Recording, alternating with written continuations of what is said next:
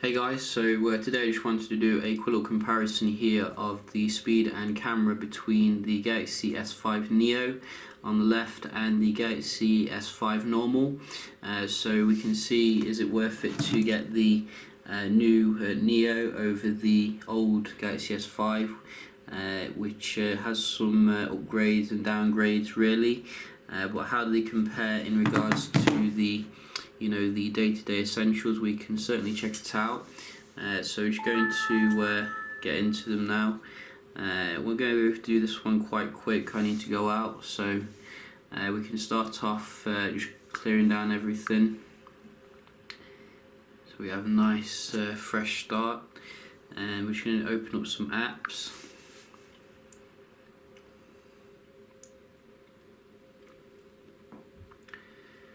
So quite a slow start here for the Neo. On the left, we'll give it a point to the old one.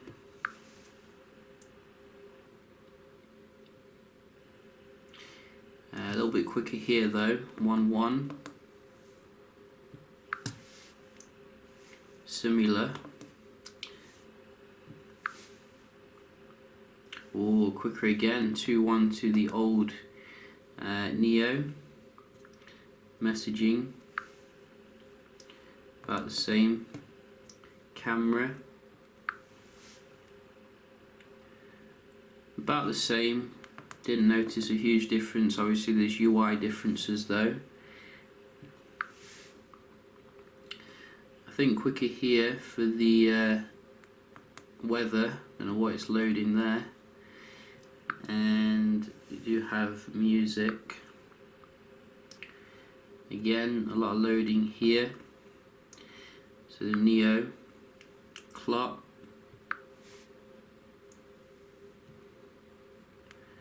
so not sure about that one. Calculator, quicker on the right here for the old Neo, sorry, the old S5.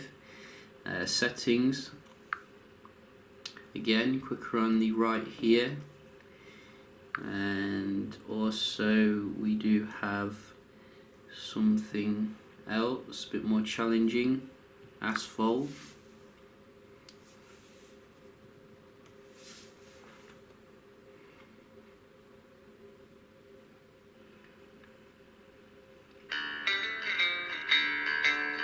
Wow, so it looked like the old one again. It's not what we like to see.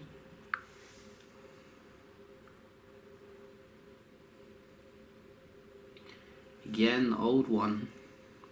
So I think you can see the old one is actually taking it here when it comes to the apps speed, which I think that fits in line with previous Neo models. The raw performance probably not quite as powerful as the original, but they make up for it in the software. So which one is going to win here? You can see again. So definitely going to give it to the old S5 here, just that little bit faster with the Snapdragon obviously. And we can have a look at the web browsing as well, another area which is of interest to people. So we're just going to basically try a website here like Verge.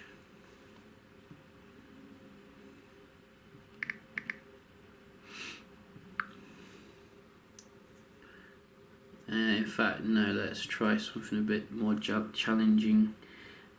Daily Mail. Let's try some Daily Mail. Whoa.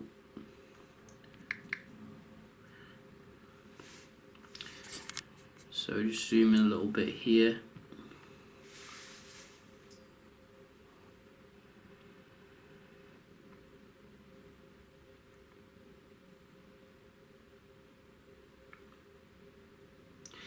So I think it didn't prompt for the, I think this one loaded it faster actually,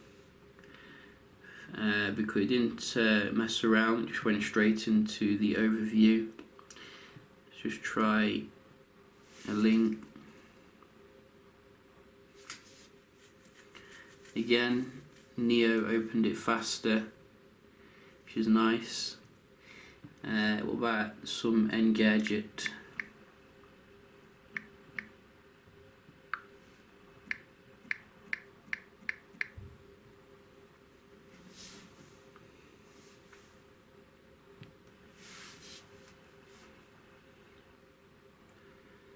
Again, the Neo seems to be a little bit quicker here, which is pretty nice. Didn't expect it to beat the Snapdragon when it came to the web browsing, but it is, you know, Exynos, so Samsung's kind of own architecture. So we'll give it to the Neo for the web browsing, which is nice. But I did see a little bit of a delay there when it came to coming out of it. How does the multitasking fare? We can have a look here, see if it's janky or not. Both of them 2 gigs of RAM, obviously.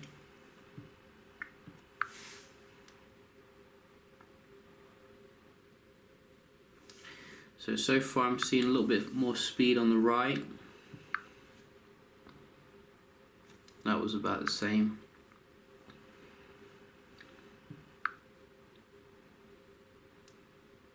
Quicker here on the left this time. Camera. Maybe a little bit quicker on the left. Worthwhile to note that the Neo is running Android 5.1.1, which could help a little bit with the multitasking here. And clock. Again, a little bit quicker on the Neo. So I think the Neo is probably winning here, but a little bit reloady there. What about Asphalt?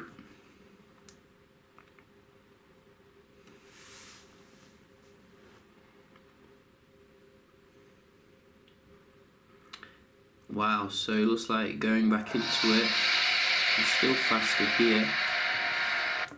So the old one still has a lot of life in it, it seems. Mortal. You can see jankiness on the Neo. I do see some jankiness. I think the this one's going to load it quicker as well. I'm not waiting around to see that though. But I think you can see here, you know, just going into the multitasking, it seems to be a little bit janky on the Neo now and again. But it seems to be instant on the old one. Maybe they can improve that, who knows. But you know, I think really some of them did open up faster on the Neo, so we'll give it a draw for the multitasking. But generally I think you can see here, you know, the old S5 still has quite a nice amount of life in it, and it's probably better when it comes to the app opening day to day. So, you know, do bear that in mind if you are looking at these two. And I did do a camera test as well, and we can have a look at the results here. So you know, at first I thought that these were the same kind of cameras, but I don't think they actually are. I think the one on the Neo is actually more budget than the one on the old S5, but they have made some improvements obviously to the aperture. You know, it's f1.9 now. But I still think that it's still like a more budget one, which I think generally keeps toe to toe with the old S5 here, you know, day to day. But when it comes to the kind of like low light, I noticed that the old S5 did much better, even if the aperture is not quite as low, because it has a dedicated night mode, which basically allows you to like take the shot and then it automatically sorts it out, gets rid of the blur and, you know, brightens the shot. So you don't get that on the Neo, which is a bit of a shame really. But generally day to day, in terms of, you know, the good light, you'll find that it's about a comparative really. You can have a look here, you know, to see what I'm saying. The only real major difference I saw was in terms of the low light. As I said, you just don't get the same level of mode as you get on the old S5. So do bear that in mind. Obviously you're also missing the 4K video recording, so that is going to make a little bit more detailed footage. I did do a comparison of that here.